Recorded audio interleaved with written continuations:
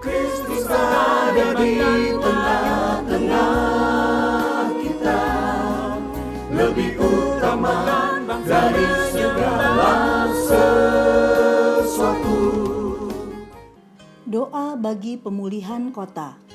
Dan kota ini akan menjadi pokok kegirangan, ternama, terpuji, dan terhormat bagiku di depan segala bangsa di bumi. Yeremia 33 ayat 9a.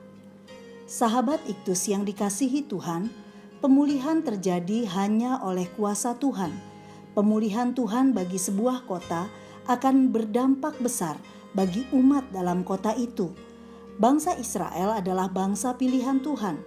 Tuhan mengirimkan nabi-nabi untuk menyampaikan suara Tuhan. Namun sayangnya, bangsa ini tidak juga bertobat atas dosa-dosa yang mereka lakukan, sehingga keadilan Allah dinyatakan atas kota Yerusalem. Firman Tuhan itu disampaikan kepada Yeremia untuk kedua kalinya, ayat 1.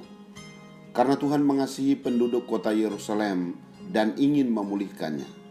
Di tempat penahanannya, Nabi Yeremia berharap hanya kepada Tuhan, Allah Israel sebagai pencipta, ayat 2.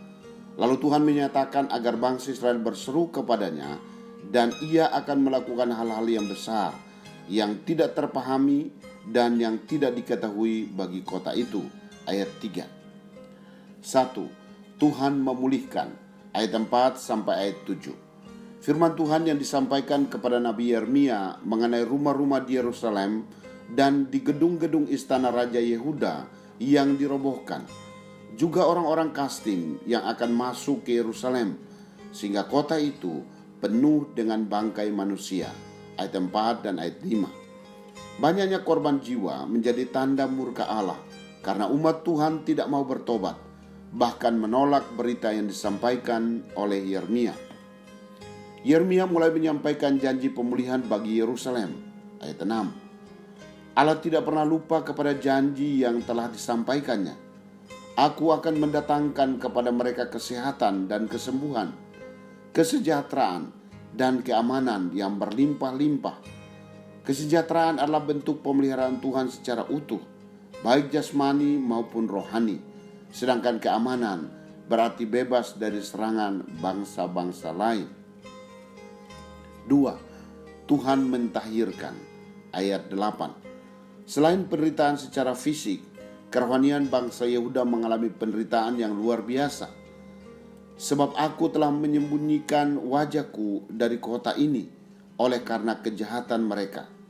Itu berarti mereka harus berjuang untuk menjalani penghukuman Tuhan tanpa pertolongan dari Tuhan. Namun Allah akan mentahirkan dan mengampuni mereka. Kata mentahirkan memiliki makna menjadikan bersinar dan tidak terkontaminasi. Allah berjanji untuk memulihkan keadaan Israel dan Yehuda. Maka mereka tidak akan terpengaruh moralitas buruk bangsa lain yang tidak mengenal Tuhan. Malahan mereka bersinar, memberkati bangsa-bangsa di sekitarnya. 3. Tuhan membangun, ayat 7 dan 9. Membangun merupakan jawaban dari keadaan yang dialami oleh Yehuda pada saat itu. Pembangunan kembali oleh Allah bukanlah janji akan sebuah negara khayalan, tetapi pembangunan kembali negeri yang dahulu pernah ada dan akan dibangun lagi sama seperti pertama kali ia dibangun. Allah akan menjadikan kota ini pokok kegirangan. Kegirangan Israel dan Yehuda akan membuat segala bangsa di bumi mendengar kebajikan Allah. Bangsa-bangsa tidak akan lagi memandang rendah negeri ini, tetapi mereka akan memuji dan memuliakan Tuhan atas pemulihan di negara ini. Sebab Yerusalem berseru kepada nama Tuhan. Kiranya kebaikan dan kedamaian diberikan Tuhan kepada Yerusalem.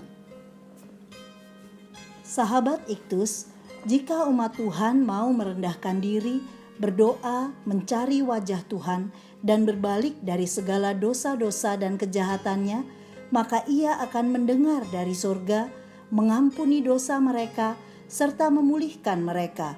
2 Tawarikh 7 ayat 14. Bagian kita adalah merendahkan diri, berdoa, mencari Tuhan, dan berbalik dari segala kejahatan, dan Tuhan akan mengerjakan bagiannya, memulihkan keadaan kita.